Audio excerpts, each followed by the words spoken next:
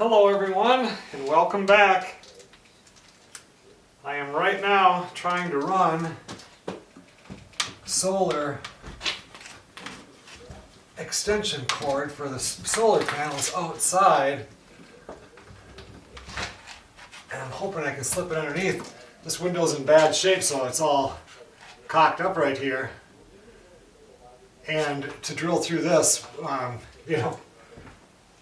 that right here is 12 inches thick, and you can't get through up here either because they put the rim joist on and then filled it with concrete when they built this house. I mean, this house is, all the years of working on houses, I've never saw one that was built that strongly, and this is my only chance really to get my little solar thing out without having to drill.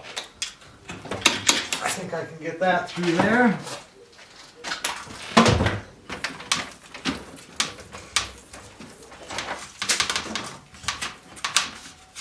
Okay, male red to female red.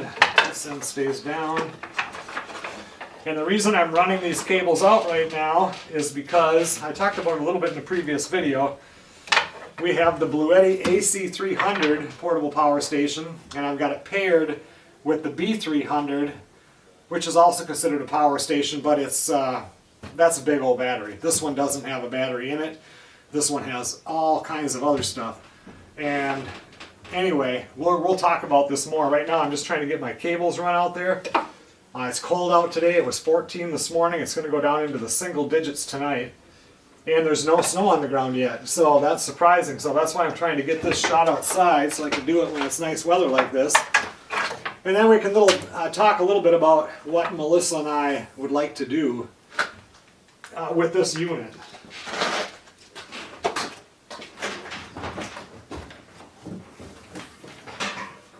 I'm trying to get this run right now so that I can, the sun is still out. It's a little after, maybe 10 after 2 right now. And I'd like to hook up the solar panel out there just so I can plug it in and see that we're receiving solar input. It gets dark so fast this time of year.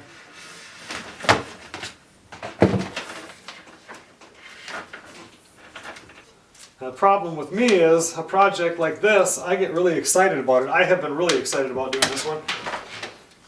Waiting for hunting season to be done so I could get on this, and then my videos tend to get super long, and since this is a review video that they want up before Christmas, I'd like to be able to keep the video kind of short, just show the stuff we're going to do, and then later on in other just regular farmhouse videos we can watch how it works, and I think it's going to be exciting. Melissa's up there right now making jam, and then she's got to make a bunch of other food today for tomorrow. Alright, if we can get this one through here, we're doing good.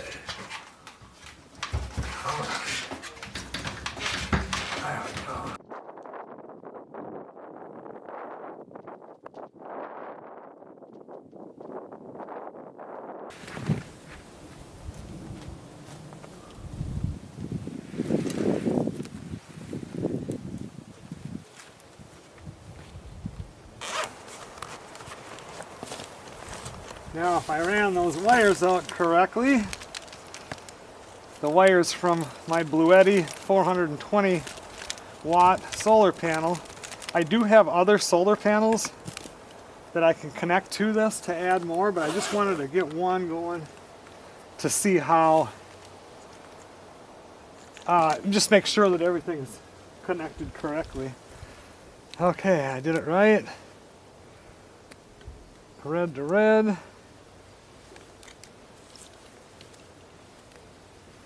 Black to black. We still have some sun there, so we should be getting some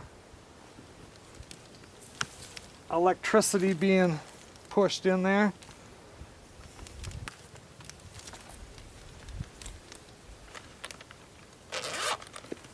These solar panels are nice. I got this little bag in the back here to hold stuff. So when you set up your panel, you're not looking all over the place like, what was this supposed to use?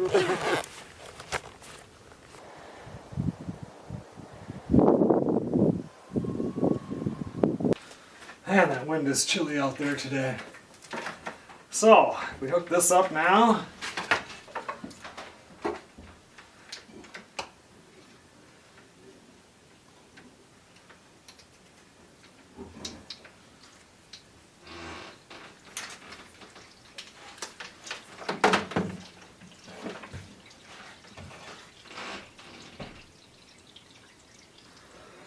Not sure how well that picks that up, but anyway, DC1 is 43.5 volts.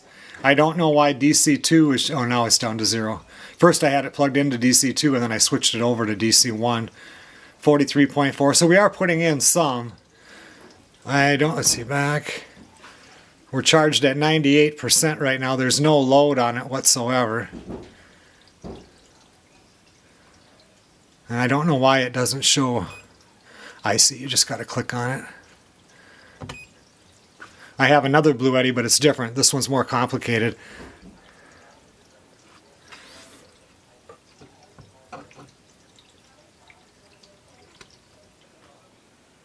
Well, let's talk a little bit about what it is that, when they contacted me on this one and I talked to Melissa and we decided to go ahead and do this one because, maybe I already said this kind of fits into what we need. Like in the wintertime when the power goes out, you know, it can be out for a couple of days. So what we have done, you know, we run everything on generator, but we don't, you know, like plug the whole house into a generator. We run critical things that we really need because there's, you know, it's not like it's going to be out for a month at a time. You know, who knows, maybe someday it will be, but anyway, usually like the longest we had was like 53 hours. So what we do is we plug in the water well. So we have running water. We plug in the wood boiler because that has to constantly circulate. We plug in the furnace, which is just like air handler then because that, you know, it blows the air around from the wood boiler. In the springtime we have to run the sump pumps or else the basement would flood. You know, it comes up and the pumps constantly keep it, you know, below the surface here. And then if it gets to be a real long time, we can run a cord up for refrigerator and stuff like that. When we push it up to a day, you know, you're getting up there even 18 hours or so, it's like, well, let's plug in the fridge. I mean, that stays cold for a long time, but if you open that door a few times, you know, it starts to get down. So what we've done is a couple of things are wired different in just the way that I set things up. Like this wire right here, it used to just be a wire, go straight through. This runs the well, which is, you know, outside 200-300 feet below ground. But what I did is I cut the wire and put plug-ins on it so I can unplug this and then plug it into the generator so we always have running water. So what I'm going to do with this right now is I'm going to plug the well into the Bluetti AC300, and it has 6 20 amps and a 30 amp plug-in.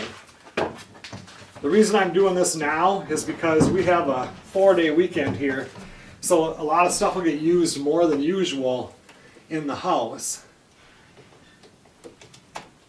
So there we go. Now the water well is hooked up to here. I did the same kind of thing over here. I put this plug-in in, and this wire used to just be hardwired directly into the furnace from the electric box. Well, I am going, then, you know, it's plugged in here right now, which is, instead of being hardwired, it's into a plug-in, and then when the generator goes, I have the 6-way over here, and I plug this 6-way is into this cord, which runs over and hooks up to the generator, and it will run this, and it will run the sump pump, which is right here. We actually have 2 sump pumps. We have this one and a backup. If I was going to be gone for a while and not home, I would hook up the backup also. You just simply cannot have the sump pump not working in the spring. Now I have plugged the furnace into this 6-way, which is plugged into that cord. And I'm going to take this cord, which I have furnace written on, and I'm going to plug this in too. I suppose I should turn the AC on. DC output, I don't have any reason for that right now. Well, AC is on.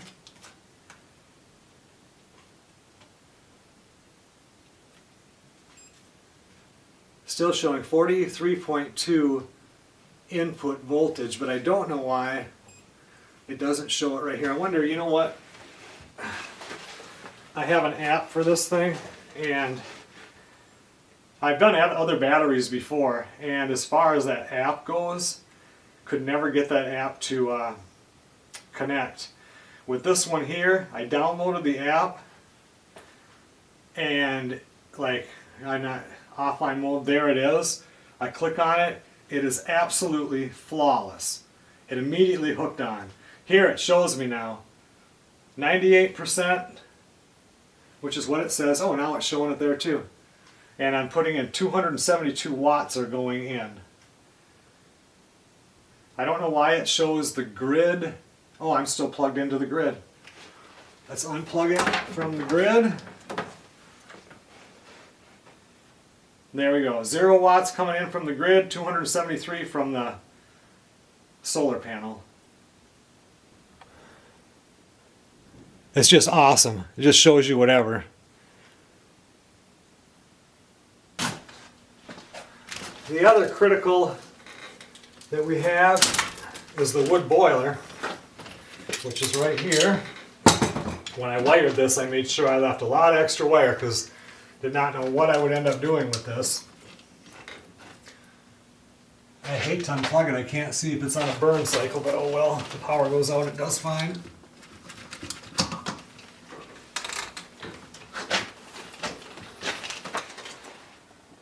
When I'm trying to find that, I should probably go over some of this other stuff, like the features of it.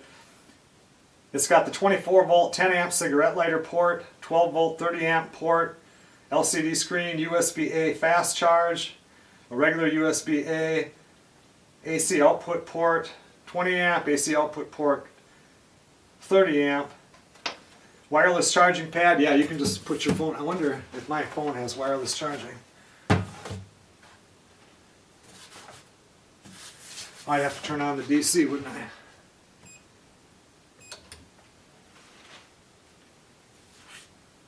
I don't know if they'll charge when they have the thingy around them. Oh, it sure does. Now watch me forget my phone there and be looking all over for it. Wireless charging pad, power button, USB-C, PD 3.0 protocol supported, no idea. Battery connection port, which is this big one here. AC input, DC1, DC2 input, and a communication interface. That's all beyond me. So, let me look and see how many, maybe they just have a drawing. Oh, you know what this thing has that I don't understand, but I'm going to cover it now.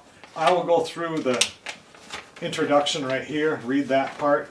But this has like a split phase setting, which I don't understand. I saw it in another video because, like I say, whenever I do these, if you guys really want the technical stuff about this, there's a whole bunch of other videos out there where the people are phenomenal at telling you what they do.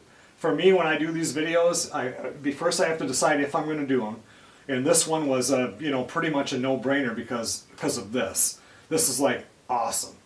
And then I just like to plug them in, plug stuff into them, see how they work, how long they work, recharge time, everything like that, versus, this one has 2 watt-hours more than another one or whatever, So, but I do have to make sure that I cover the stuff that they wanted covered because, otherwise I don't feel like I'm doing a good video. And every time I do these kind of videos, it's hard for me to get started until I get into the swing of things, because if I'm going up to the tent, I know exactly what I'm going to do. If I'm going fishing, I know what I'm going to do. But when I'm doing something like this, until I can get into the groove of the video, which now I am because I'm excited that it's plugged in, it takes me a little time. All that time looking for that stuff, and it's right in here in the introduction. So let's just read the introduction this far, so we're done. The AC300 uses dual core controller, ARM controller plus a DSP controller, which combines digital and analog signals perfectly to manage and control the MPPT module. The AC inverter module, which uses bidirectional topology support, supporting AC reverse fast charging. And the DC to DC module. No clue what they're talking about. The AC300 does not have a built-in battery pack. Like this one here, it doesn't. You can't grab that and take it with you where you're going like you can with the smaller units. It requires at least one B300 connected and supports up to 4. So that's, yeah, so you can put a total of 4 of these on it. The product integrates a solar charge controller, AC charge controller, AC inverter, lithium battery, and battery management system into one. It converts clean and environmentally friendly solar energy and grid electricity into clean electricity and sends it to all your connected loads. That to me, like, because I was wondering, if I have the solar panel hooked up to this just all the time, if I leave it like this, does the solar panel just charge it and then this thing will take a charge when it needs it and not have one? And reading that to me kind of tells me that it would, which is nice. I mean, they have setups with these where you can put the batteries up. They've got a side panel that goes up to your, to your other panel. But I mean, I don't have the money to buy all of that stuff and hook it up. And actually, I think if I hook that up to the house, I would have to change out the whole panel, and which needs to be done anyway. It's an old panel, but still, that's a big expense. If we can do something like this, like the boiler, that isn't that expensive to run, but it's constantly running. The furnace, that takes quite a bit when it's blowing the air. The well, that's a big chunk of electricity when it comes on. So if you can take that and be doing this with solar, and the solar is keeping up with it and it's running your house, you're not paying for this. That's free. So that's the way I see it. Eventually we would like to have a big solar thing out there. And like right now we're doing 420 watts. I think I have enough panels to do 820 watts total. But it would be nice to have, I don't know, 2400 or bigger than that, just solar out in that field, right on the edge of it, because the sun is always on that field. And then it could come in and you would be paying very little for electricity, but all that takes money and time, and this I think is perfect for this, because just running some of the critical things, we could even run the refrigerator off this if it kept up enough, and then you're not paying for the refrigerator. If you guys, I hope you understand what I'm trying to say, where you can save money with this. With this thing having that pure sine inverter, or is it sine inverter? I can't remember. The one that's good for your laptop and your refrigerator, everything, it runs it real nice. But since it has the inverter, if we were going, like, let's say late winter, when you can still go ice fishing, but it's that time of year where you could get 12 inches of heavy wet snow, that's usually when the power will go out. For us to leave, it always gets kind of scary, because at that time of year you have to make sure that sump pump's going, and always the boiler has to be circulating in the winter, because if it doesn't, your water can freeze. So even if the boiler went out, as long as the furnace in the house is going, it will keep the boiler water, because it's still always circulating, warm enough so it will never freeze. And the furnace in the house will just take over heating the house. It doesn't do much for the other buildings, but then it's just more of a maintenance thing. With this here, you could leave it plugged into even grid power, and since it's got the inverter, it will keep the battery charged. When power is needed, it'll need it, and then if the power goes out, it just switches to the battery. So that's kind of peace of mind for us, because that's always something that gets kind of scary when you take off, and you don't know if something like that's going to happen. You got only so much time to get home if the sump pumps are going before you're in trouble. When I started doing this, Melissa was up there. She's been doing so much cooking today. She's going to be cooking until probably 10 o'clock tonight. But she was doing a lot of dishes, so the pump kept going on. Well, now she's not in the kitchen anymore. I can't hear her up there anyway. And the pump hasn't went on, so I'm going to go turn the water on, because I've never got to see how many watts the water well will take. So let me go do that, and let's take a look. Right now we're using 193 watts, that's got to be the boiler, and we're pushing in 197 watts. 1741. It went up to 1.8 kilowatts. Wow. 1709.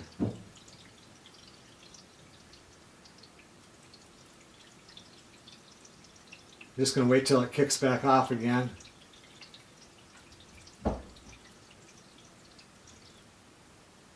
You know, I went and shut the water off and it's still up high. I'm wondering if that boiler is on a burn cycle.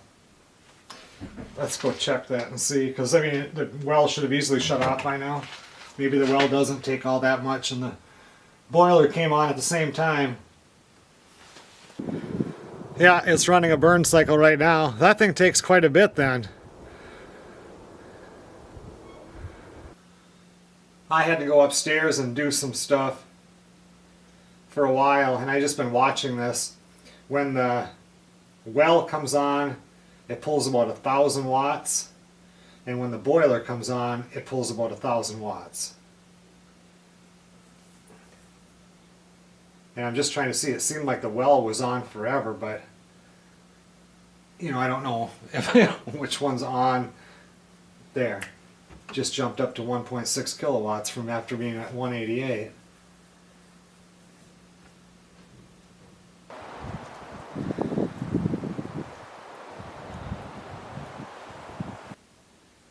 Well, it has been a couple of days since I was filming on this. I plugged everything in, and with the well, it was pulling so much, and it just threw me off. You know, it made no sense to me. And then I had to do some research on that, and I think I have it. I think that the pressure switch was not bad, but I cleaned it all up. I had to look up at a couple videos, and now it seems to be working pretty good. It was like, there's no way that I can just run this battery if I'm constantly pulling, you know, 12 to 1500 watts all the time, which was ridiculous. Because, you know, we have, now I've got it back so that the well is plugged in, the boiler is plugged in, and the furnace is plugged in. And right now the boiler is on a burn mode. Right now we're pulling 314, 316 watts. And it's pretty cool though, because this thing is, I have it plugged into grid power, which we're going to unplug now because we're at 100%. I'm going to let this run for 24 hours, or I'm going to keep watching it, as long as that well doesn't keep kicking up, and now it has stopped. I just cleaned that up this morning. We had to go through Thanksgiving and everything, so I was real busy. And we'll unplug it from grid power and just see how long it will run it. It's lightly snowing outside. There was no sun yesterday, no sun today. So solar is doing nothing. But it's pretty neat that like it charges, like if this is really down and you know, and you plug it in to charge, it'll be charging it with like 1400 watts pulling off the grid. But it adjusts, like right now it's pulling 314 and it's charging it at 249. So, you know, it just kind of constantly gives a little as it's taking a little. And I find that really interesting, how smart this thing is, if that makes any sense. I was looking up online, and this thing it'll take 2400 watts of solar. So you could have quite a few panels out there, which would charge this thing pretty fast. But yeah, with the well thing, it just totally, I mean, it's like I have the idea what I'm going to do with this video, and then all of a sudden, what is that? You know, it completely threw me for a loop. And I know a lot of you watching this don't have a water well. You know, we don't have city water or anything here. So I took this off, and then this is a pressure switch. So when you pull water, after there isn't enough pressure to hold this open, it clicks it shut, and that turns the well on. So I went in here with a piece of sandpaper and I cleaned up. There's 4 little connectors in there, and right now it's apart. Clean those up, and then down here, which you probably can't see it, there's 2 grounds that I took the screws out, and because they were kind of corroded around there, and cleaned that up. And now it seems like I don't have the trouble that I was having before. So now what I'm going to do is, it is 1:15 in the afternoon. We're going to unplug this from grid power. If the sun were to happen to come out tomorrow, it would charge with solar, which is fine. But let's just see with the one battery. Now remember, the whole goal with this system is to get the other 3 batteries. A bank, a battery bank that can really run this whole entire house, everything I've got for an extended period of time when the power goes out. But right now we'll run, boiler, furnace, water well.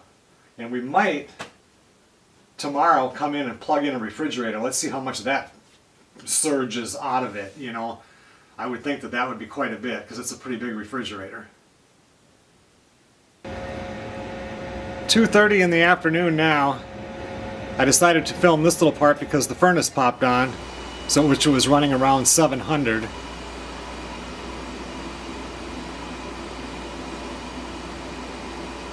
Now it's in the afterburn part of the furnace.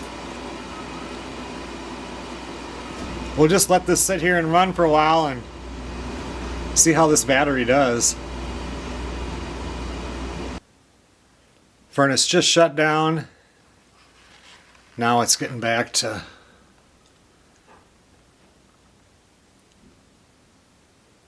I don't know what, does that be normal or whatever, but it's dropping back down.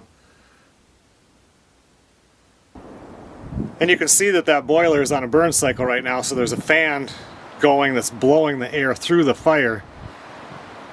That's why we're up there around that 350 watts. Well, I had the battery running. It was, I think, about 5 hours. Let's see, 1:15, 2, 3, 4, 5:15. Almost 5 hours. And I was looking outside and I saw the light on the boiler go out. I have a light there between the woodshed and the boiler. And one of the reasons why I keep that light on all the time instead of flicking it on when I go out there at night is because anytime I wake up or I look outside when it's dark, I can tell if that light's on, the boiler's going. If the light goes out, the boiler's off because it all plugs into the same place. All the pumps, everything. So then I knew the battery was dead. So I came down here, unplugged everything, plugged it into grid power. And I thought, man, that didn't last very long. But it was right, actually it did. We were pulling upper 5s to 600 watts, and it's a 3072 watt hour battery. One thing with this display right here, with the other, I have another Bluetti, but it's not nearly as fancy. Like this isn't, this unit right here isn't, this battery right here weighs about 100 pounds. This is about 42 pounds. This doesn't have a battery in it. But this isn't something that you go backpacking with, or on your solo canoe trip, into the Boundary Waters or something. This is more a unit that you would use to run your house. You add to it with the batteries, or take it with you when you're going to, with your camper, somewhere where you're driving somewhere and you can haul it, because this is, this is a big unit. This unit will do a lot of stuff. And as far as like the solar coming in, this will take the 2400 watts of solar. So you can, you have a chance with a unit like this to really get ahead of everything and not just be like your battery that you bring with you to charge your phones, and do stuff for the weekend. But with the smaller unit, it has a different type of a screen. It isn't like a computer screen, it's just a readout.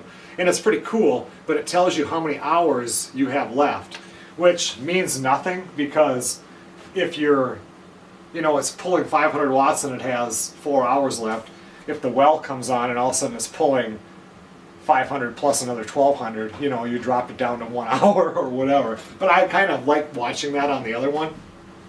But now tomorrow, so I unplugged everything, everything's into grid power. Tomorrow what I'm going to do, and that was probably an hour and a half ago, and it's already up to 93%. It's charging at 1733 watts right now off the grid. And tomorrow though I want to run a cord down and let's plug in a refrigerator, see what that pulls and everything. And then we're going to be almost done with this video. Maybe we'll go through, I don't know if I already said what it had. I think I did say what it had for hookups and everything, but in the future now, with this unit, you know, we're just starting here, get this slid over. I would like to get the 3 other batteries, because then instead of doing the 4 to 5 hours, you know, just say it was 5 hours, then you're looking at 5, 10, 15, 20 hours that of runtime. When we have the snowstorms that wipe out the power, usually your power is out for, you know, 1 hour, 2 hours. Something like this would work for that. On the bigger times, it might be 12 hours, you know, 18 hours, and then there was the one time when it was 53 hours. Well, in that case, I would have had to fire up the generator, or I could have fired it up while this was running, and, you know, since it will charge with grid power and give out, you know, power, it could have charged while it was going, or if the sun came out, the solar panel would have charged in on it. But once we have that, we'll will be set up for, so you know when the power goes out, hey, we're fine for 20 hours. We're going to be great. So we'll go ahead and do that, plug a few things in here. And then this will be, there's going to be continuation videos on this. As I make this bigger, it'll just become part of the farmhouse sometimes. Especially in the wintertime. Like, it's cold out there right now. It's like 20 degrees only, but the wind is just whipping, so it feels really cold. It lets you know that, you know what, there's going to be a lot of snow coming and the power is going to go out eventually. Well, it's the next night. Right now it's 8 degrees outside, and with a little bit of a breeze, it feels like it's 9 below zero. And like I said, I want to plug the refrigerator in. And I have it plugged into a cord right now. There's the cord. So that we can see how much that pulls. It was on also when I unplugged it, so it should kick right on. Right now we're at 100%. We're pulling 0 watts.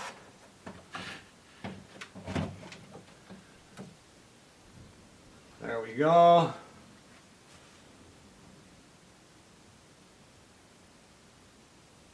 $208 watts. It's pulling 212. Let's see what it goes to.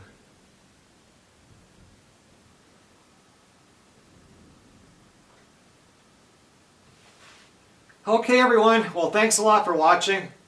This is just kind of the beginning of this whole project. One thing two things actually. One thing that's nice with this is it has that, they call it UPS, where it's, anyway, if I have it plugged into grid power and I had stuff that was plugged into it, just always running through it, if the power goes out, it's almost instantaneous, uninterrupted power. So, you know, it would be like, maybe the light would dim for a second, but it would be back on again. So, you know, so you could, if you had this set up with the box that goes into your other box and everything, you can set this up just like if you had a, you know, generator hooked up to your house that comes on when the power goes out, but this would be like instantaneous. And one other thing that I didn't think about before, especially after I get, you know, 4 batteries, even, you know, every battery would help, is if the power goes out, like, what do we figure? This would run the critical stuff for 5 hours, so if we had 2, it would be 10 hours, 15, 20, probably be around 18, because, you know, the well is going to kick off and on. But these really charge fast, like 1.6 hours. So if I just were to start the generator for 2 hours or 2.5 hours a day to charge the battery, you would then could shut the generator off, saving that gas, and run for 5 hours or 10 hours or, you know, whatever. So in that aspect, it would be kind of nice too, because then at night you're running the house. I don't have to worry about going up there and gassing up the generator. During the day, you know, if you can have the solar coming in, you can actually do, I think it will charge 3,000 watts with the generator. And then you can do 2,400 watts of solar you could put into it, which would get you way up there. But if it was just the generator plugging in, what a great savings that would be for me. You know, when wintertime comes here, I make sure I have like 6 gas cans that are full of gas, the generator is full, and I just wait, and when the power goes out, I know that I'm prepared. But then when I start plowing snow with the tractor, that uses up some of my gas and you got to go get some. And when the gas starts getting low, you worry about, well, what if the power goes out? I don't have enough for the generator. This would cut the generator time way down.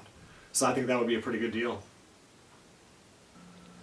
Like I said, thanks a lot for watching. This was a hard one to start. And it's an even harder one kind of to end because this really isn't an ending. This is just kind of a beginning project that'll eventually end up just being part of the Farmhouse series. I will see you guys on the next video.